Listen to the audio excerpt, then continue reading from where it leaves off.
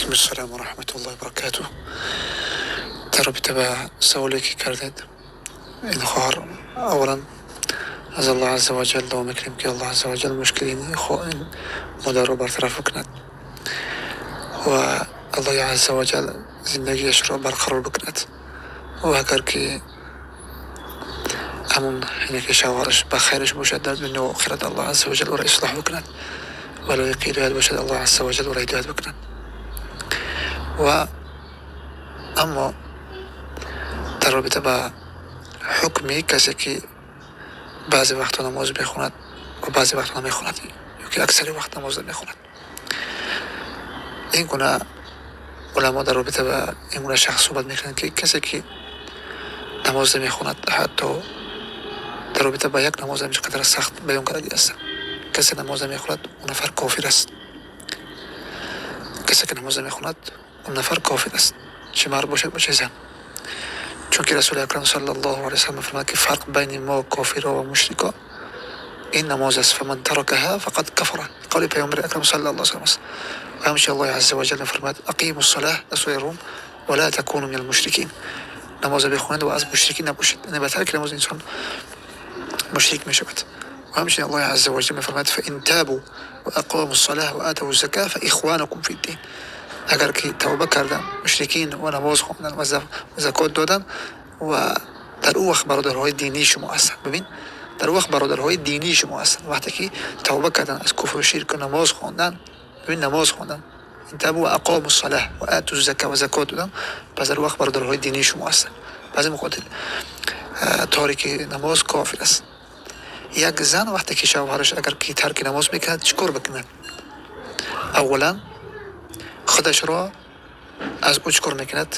از او جدا میکند، یعنی قطع رابطه میکند و دعوتش میکند اگر که لایق دعوت باشد و یا کسانی که از او متأثر هستند اونها را میارد که او دعوتش بکنند، ولی که خودش را از او دور نگه میدارد، قطع او همخوابگی دیگر نمیکند، برای که براش حرام است. الله عز و جل کافر و مشرک جایز است برای یک زن مسلمان که قطع او زندگی میکند. این حکم شرعی است، این حکم شرعی تاریک نماز است. در خانه پدرش میستد یا یک جایی که دور از شوهرش باشد که به او دسترسی کردن نتواند می ایستد تا اینکه انا شوهر درک بکند اینکه این حکم الله است، این گفته الله است، این گفته شریعت و دین است. شریعت بازی و شوخی نمیکند. انا این گناه است و 3 عده منتظر می شود. 3 عده از همون وقتی که نماز ترک کرده است 3 عده منتظر می شود. حیض می شود و پاک می شود، یک عده و باز حیض شد و پاک شد، یک عده و حیض شد و پاک شد، 3 عده چه میتونن که بعد از اون شوهر بکند. من نکاح شرعی حلالی میتونن که شوهر بکند.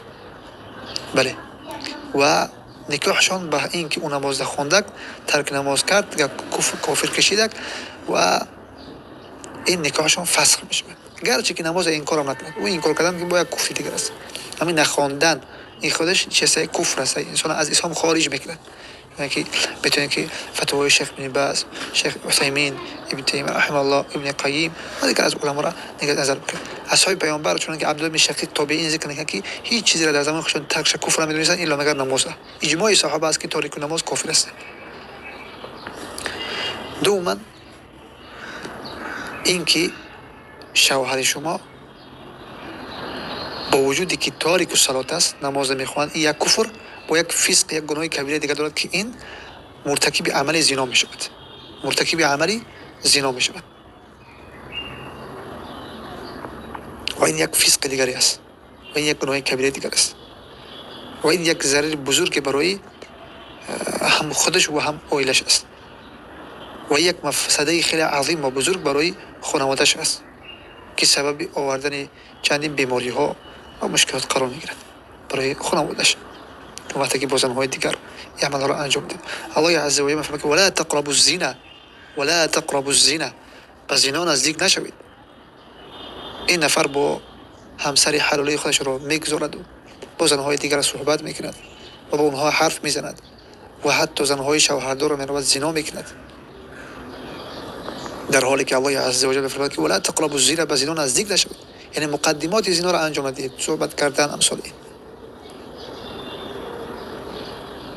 در حالی که این مادر و این میگد که من تمامی آن چیزی که از مهربانی است، از دوستداری است برای شوهرم انجام میدم، اما باز یعنی در یک خانه تنها می رود و جوگش هم تنها است و با زنهای دیگر صحبت میکند. اعوذ بالله من ذلك. حکم شریعت همین است که شما از این گونه شوهر شما فرار کنید. اگر نماز میخواند این گناه ها را میداشت که براش نصیحت کرده میشید، دعوت کرده میشید. اگر که ترک میکرد یعنی شما زندگیتون دوام میدید، ترک میکرد، توبه میکرد. اما اگر که نماز میخواند و باز دوباره اگر ترک نمیکرد از این فسق ظاهر و آشکارش، در این حالت شما طلب طلاق میکردید و طلب طلاق کردن شرعا درست است. این در رابطه با کسی که زنا انجام میدهد و اما نماز میخواند، اما شوهر شما نماز نمیخواند، این یک کفر و یک گناه کبیره دیگر، این که این مرتکب عمل زنا میشود. از این خاطر است اینکه باید که شما با مجردی که اون نفر که این کفر که انجام داد، ترک نماز که کرده، بین شما فسخ شده است، نکاح شما فسخ شده است. شرط نیست که کلمه طلاق او ذکر بکنه. بعضی وقتا شوهر مرتد می شود، همین به مجردی که مرتد شدنش نکاح شما فسخ می شود.